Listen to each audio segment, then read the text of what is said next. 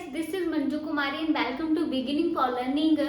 तो आज के इस वीडियो में हम बात करने वाले हैं, जैसे कि आप सभी को पता है कि मेरे चैनल पर पॉलिटिकल साइंस, हिस्ट्री, हिंदी इस सब से संबंधित आप ज़्यादातर स्पेशली आप बीए के लिए सारी जानकारी जो है ले सकते हैं। मतलब आपको यहाँ पर मैं इस तरह के कई टॉपिक्स करवाती हूँ डिटेल में।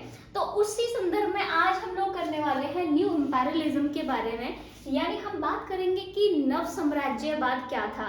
तो अगर इसके मैं अर्थ के बारे में बात करूं, यानी इसका मीनिंग और इसके कॉजेज, यानी क्या कारण थे नव साम्राज्यवाद के, तो इसके ऊपर मैं पहले वीडियो बना चुकी हूँ, उसका लिंक आपको दे दूंगी मैं, तो पहले आप वो वीडियो देख लेना।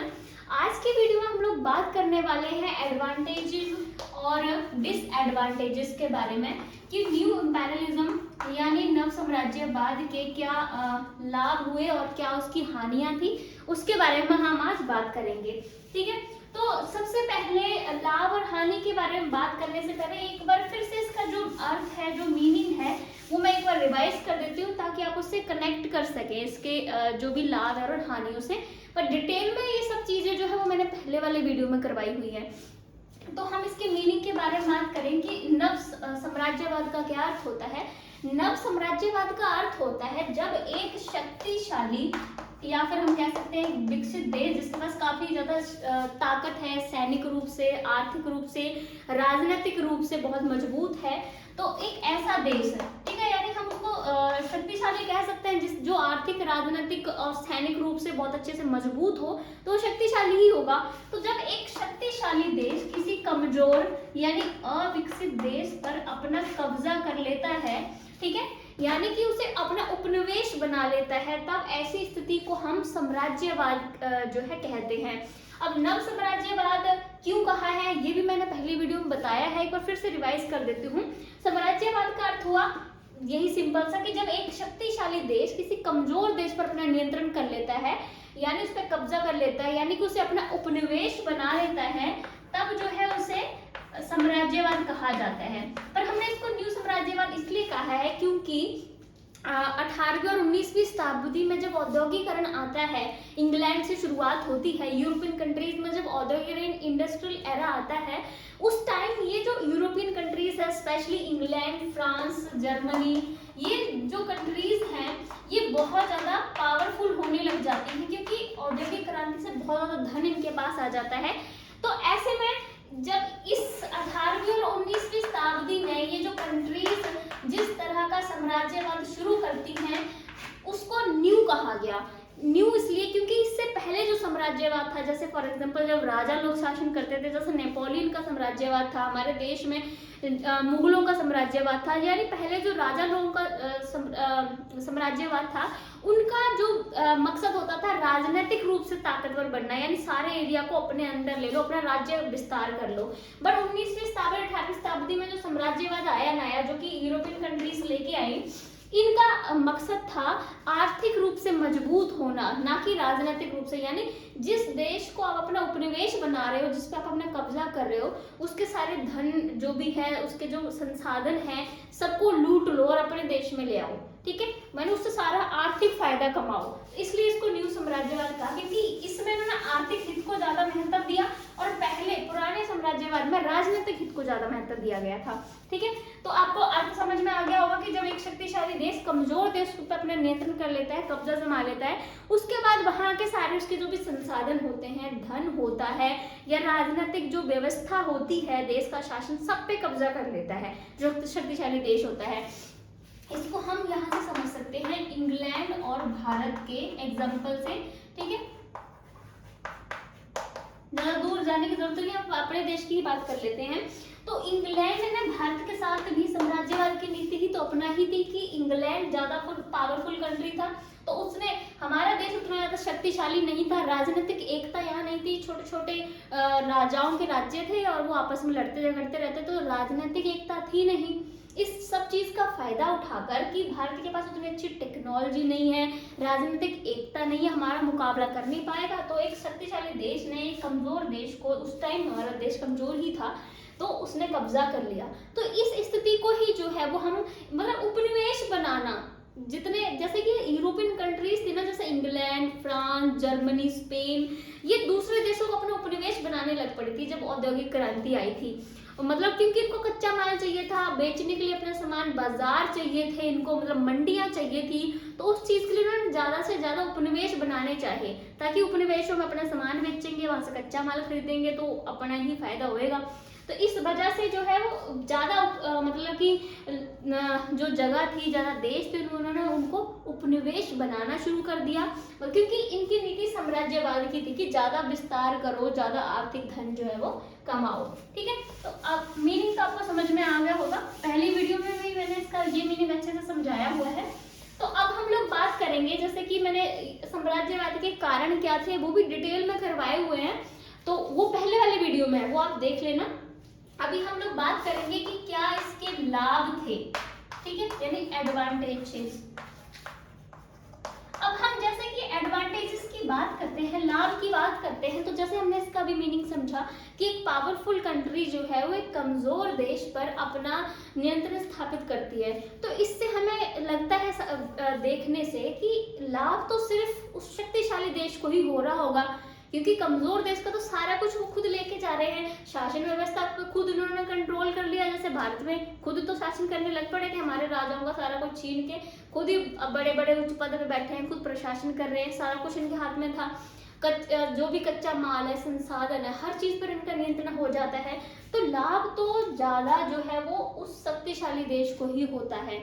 जो उपनिवेश बनता है देश, यानी जो कमजोर देश होता है, उसको उतना लाभ नहीं होता है। पर फिर भी हम इसमें बात करेंगे कि कई बार ऐसा होता है कि कोई व्यक्ति अपने लिए कुछ काम करता है, अपने भले के लिए कोई काम करता है, तो साथ में कुछ और 4 लोगों का भी भला हो जाता है।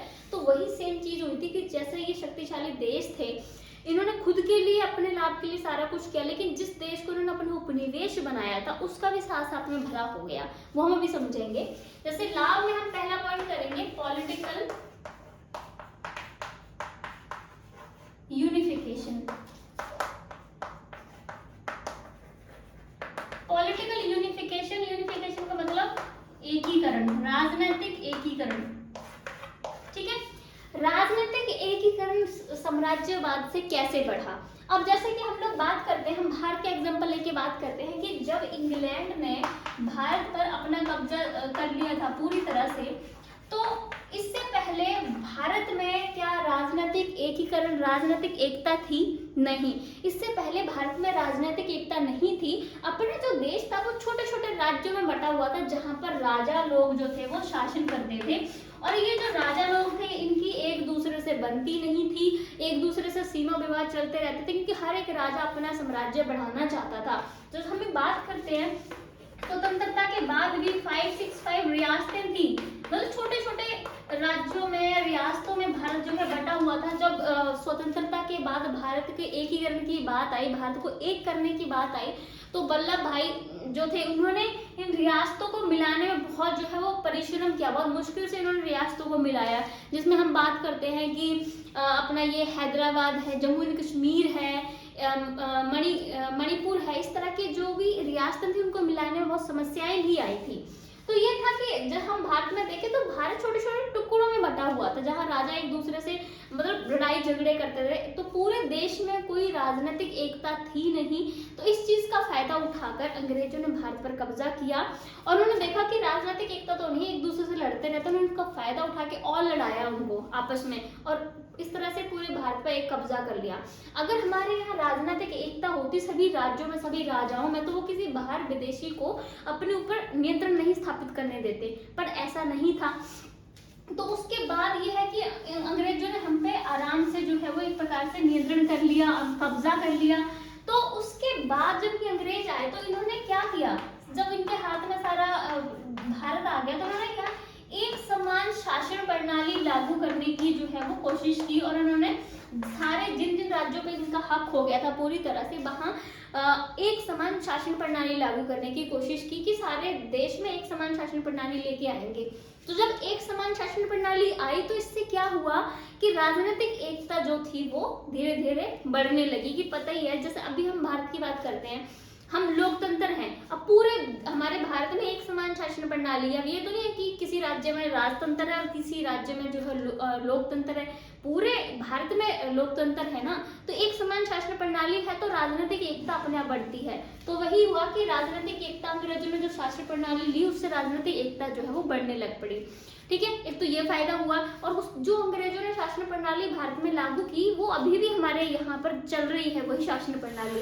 तो इस चीज का एक तो ये फायदा होगा कि शासन प्रणाली जब एक समान लेके आए तो लोगों में जो है वो राजनीतिक एकता जो थी वो बढ़ने लगी। और साथ साथ में हम ये कह सकते हैं कि स्वतंत्रता की जो एक भावना थी, आजादी की जो एक भावना थी, वो भी इन साम्राज्यवाद की वजह से बढ़ी।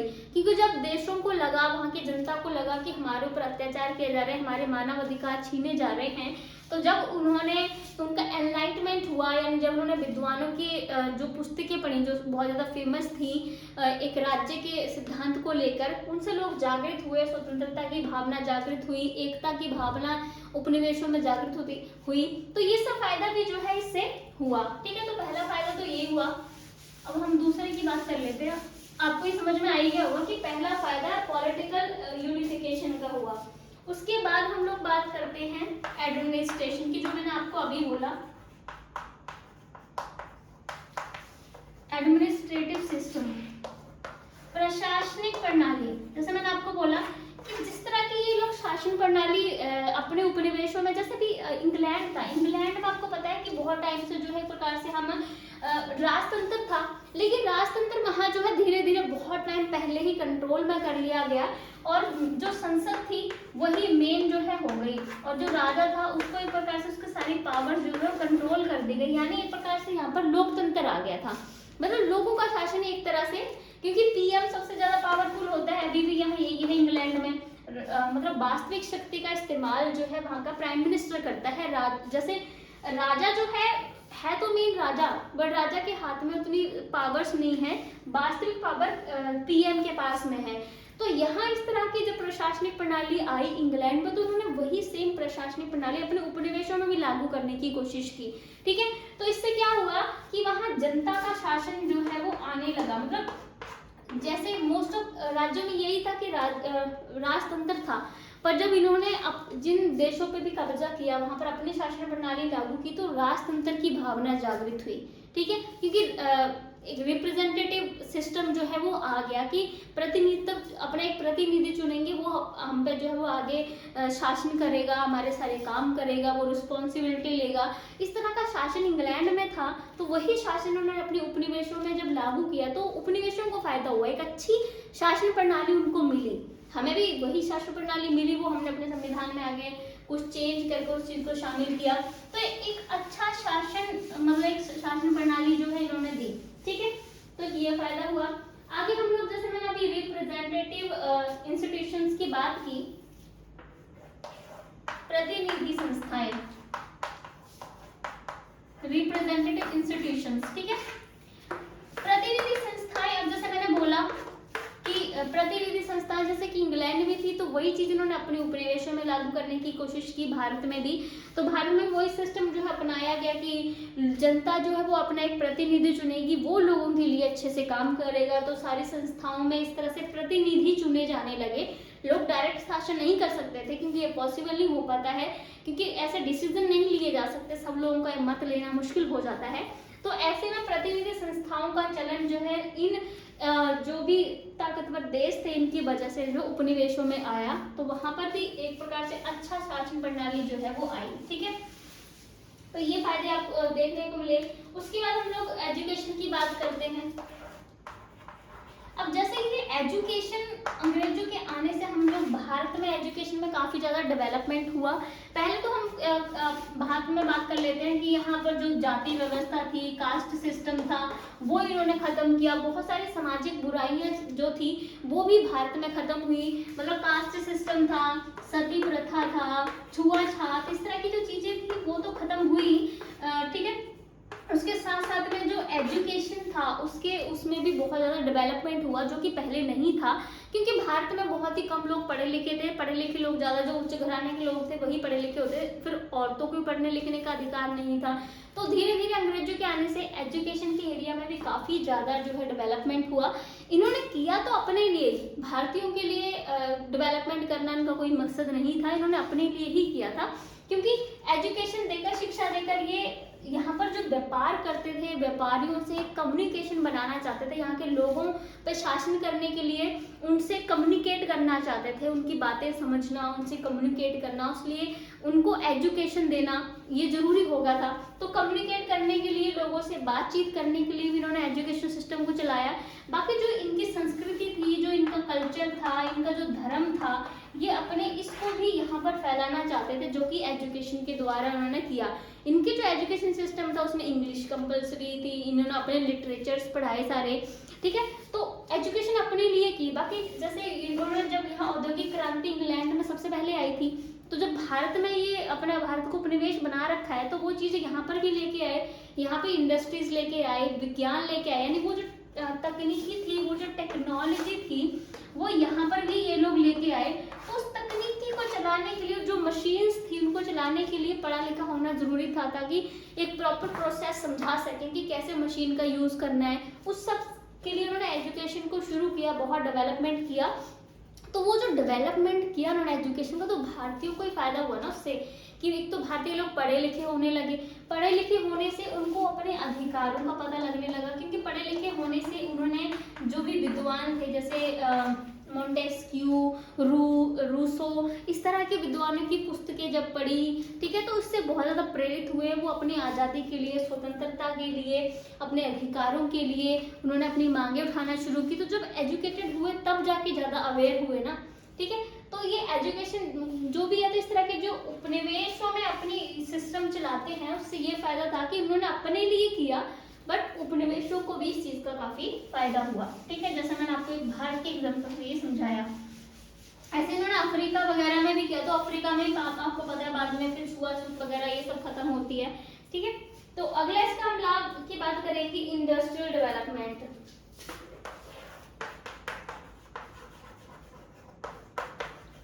अब औद्योगिक यानी इंडस्ट्रियल डेवलपमेंट में क्या हुआ। इंडस्ट्रियल डेवलपमेंट जैसे मैंने बोला कि औद्योगिकरण सबसे पहले, इंडस्ट्रियल डेवलपमेंट सबसे पहले इंग्लैंड में हुआ। जब इंग्लैंड में ये सब हुआ, तो इंग्लैंड अपने उपनिवेशों में भी तो जाके आगे शुरू करेगा ना।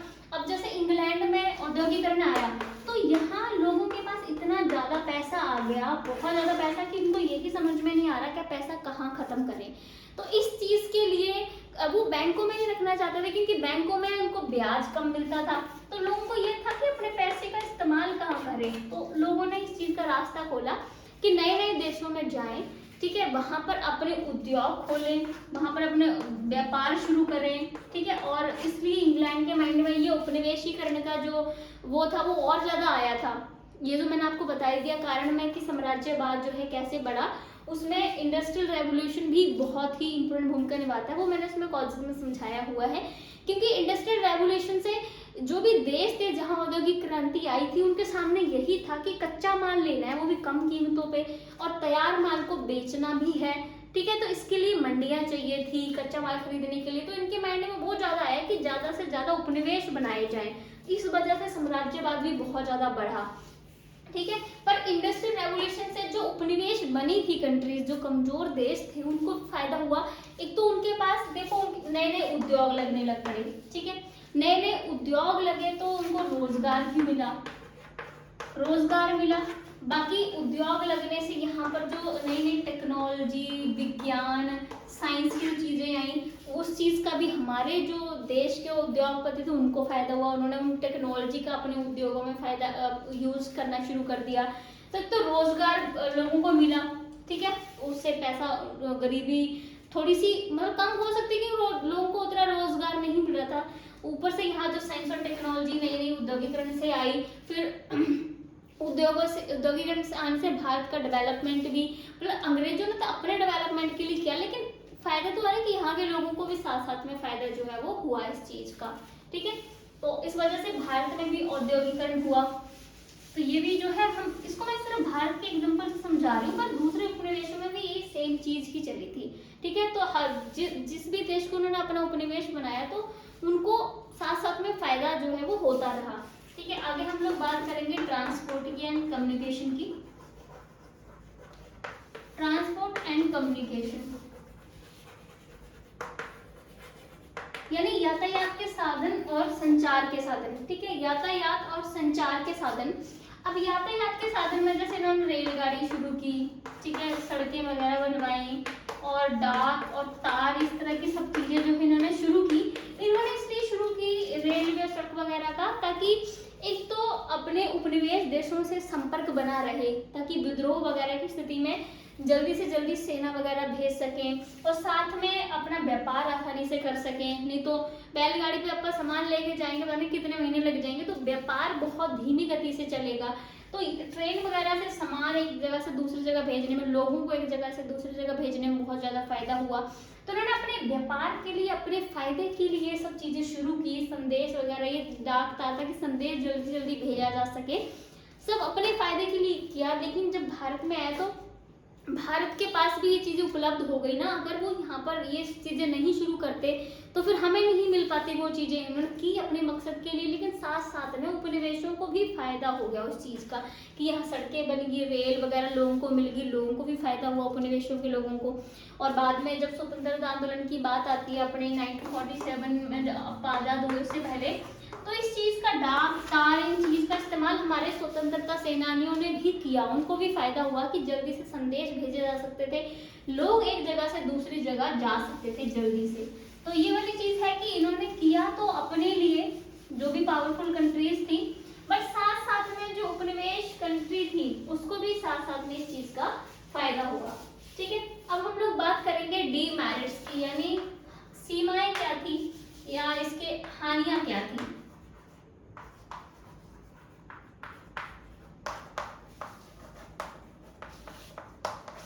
ठीक है, हानि में सबसे पहले था इनफीरियरिटी। इसका मतलब होता है हीन भावना। ठीक है, हीन भावना। तो पहली तो ये चीज थी कि लोगों में जिन कमजोर देशों को इन्होंने अपना उपनिवेश बनाया था, चाहे फिर वो एशिया के थे देश, चाहे फिर वो अफ्रीका के देश थे, वहां पर इन्होंने वहां की जनता को, वहां के लोगों में हीन भावना भरी, क्योंकि ये वहां शासन करते थे, सारी शक्ति इनके हाथ में थी। तो वहां के लोगों को ये अच्छे से महसूस कराते थे कि तुम हमारे गुलाम हो, हमारे दास हो। ठीक है, उनके साथ अच्छा व्यवहार नहीं किया जाता था। जैसे भारत में आपने वो मर्द मूवी देखी होगी ना, उसमें कितने अच्छे से अमिताभ बच्चन है उस मूवी में, उन्होंने दिखाया है कि किस तरह से अंग्रेज भारतीयों के साथ व्यवहार करते थे। तो वो एक पता नहीं क्लब होता है, उसके बाहर एक पोस्टर पे लिखते हैं कि dogs and Indians are not allowed. तो मतलब किस तरह से इन्होंने लिखा कि कुत्ते और भारतीय अंदर आना अलाउ नहीं है। तो उस मूवी में बहुत अच्छे से दिखाया कि बहुत ही बुरी तरह से लोगों के साथ अपमान किया जाता था।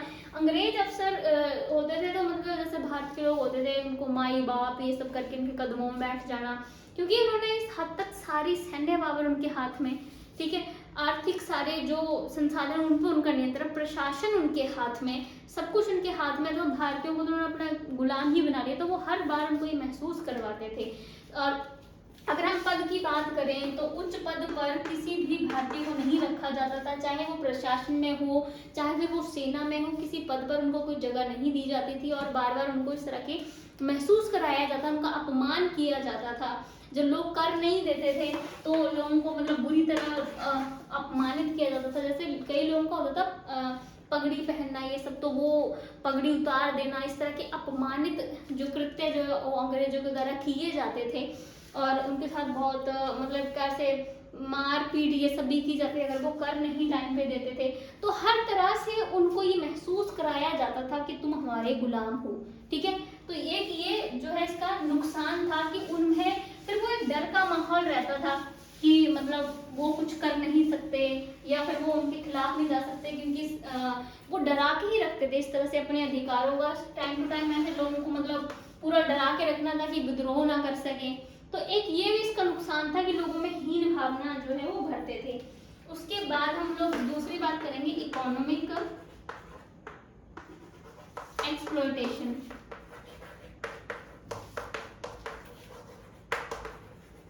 ठीक, इकोनॉमिक एक्सप्लॉयटेशन यानी आर्थिक रूप से शोषण करना। अब आर्थिक शोषण तो इन्होंने मुख्य रूप से किया, जैसे मैंने अभी बोला कि नव साम्राज्यवाद का उद्देश्य ही अपने आर्थिक हित पूरे करना थे, तो आर्थिक रूप से शोषण करना तो मुख्य था।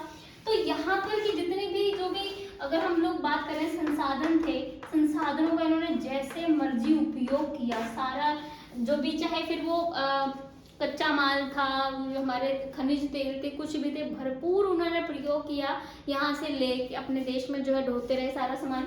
ठीक है, पर कृषि के एरिया में हम देखें तो लोगों से, कृषकों से जबरदस्ती नील की खेती करवाई, मतलब जो कि नील की खेती करने से फिर जो मृदा थी वो उपजाऊ नहीं रहती थी, तो किसान बेचारे जो खाद्य पदार्थ थे वो नहीं उगा पाते थे उस पे, तो वो वहां से उनको समस्या आती थी कि बाद में खाद्य पदार्थ उस पे, खाद्य फसलें नहीं उगती थी उस पे, तो जबरदस्ती उनसे कृषि करवाना, कई तरह के उन पे जो है वो कर लगाना, कर में भी कई बार नमक कर लगा रहे हैं, कभी भूमि का कर लगा रहे हैं, अलग अलग तरह के लोगों को कर में डुबोए रखा, और जब कर लगाए तो कर चुकाने के लिए उन्होंने ऋण लेना शुरू किया, तो वो जो भी साहूकार थे उनके अंदर ऋण के उसमें जो है और ज्यादा दबते गए।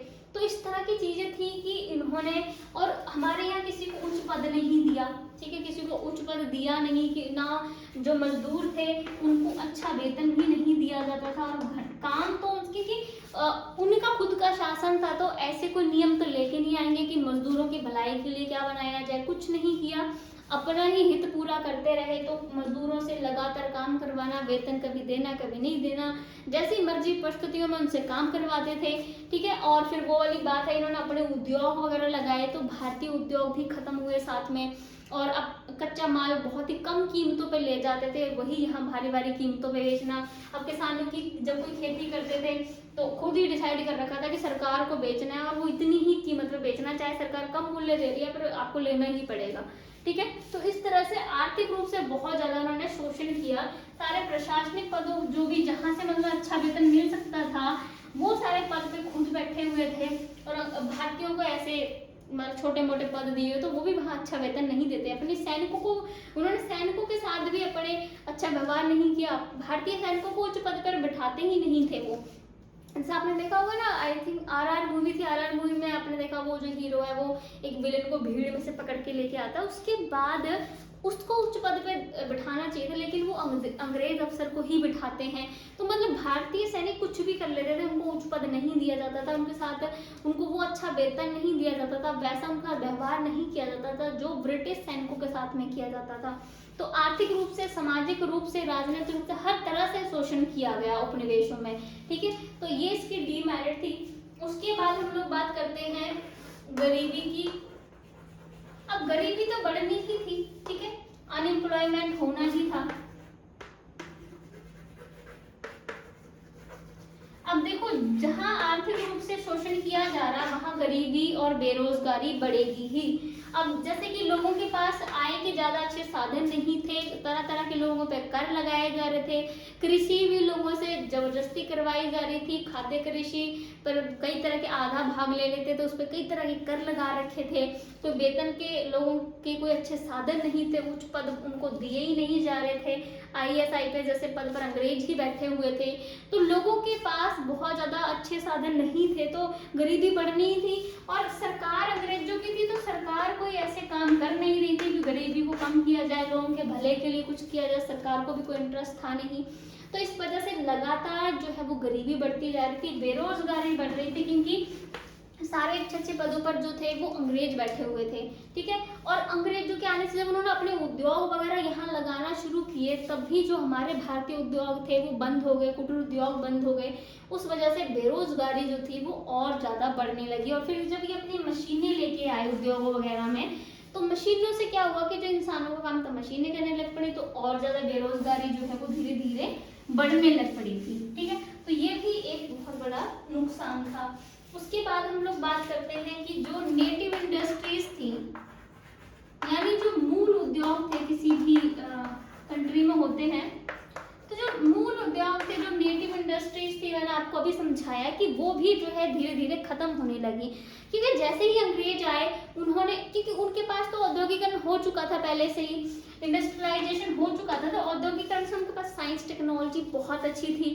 फिर उन्होंने जब अपने देश में उद्योग लगाना शुरू किए तो हमारे उद्योगों के पास वो टेक्नोलॉजी नहीं थी कि वो अच्छा माल तैयार कर सके, जल्दी माल तैयार कर सके। हमारे यहाँ तो मोस्ट ऑफ हाथों से बनता था सारा सामान हमारे उद्योगों में, पर उनके उद्योग आए साइंस टेक्नोलॉजी लेकर, बेहतर क्वालिटी का माल बनाने लग पड़े।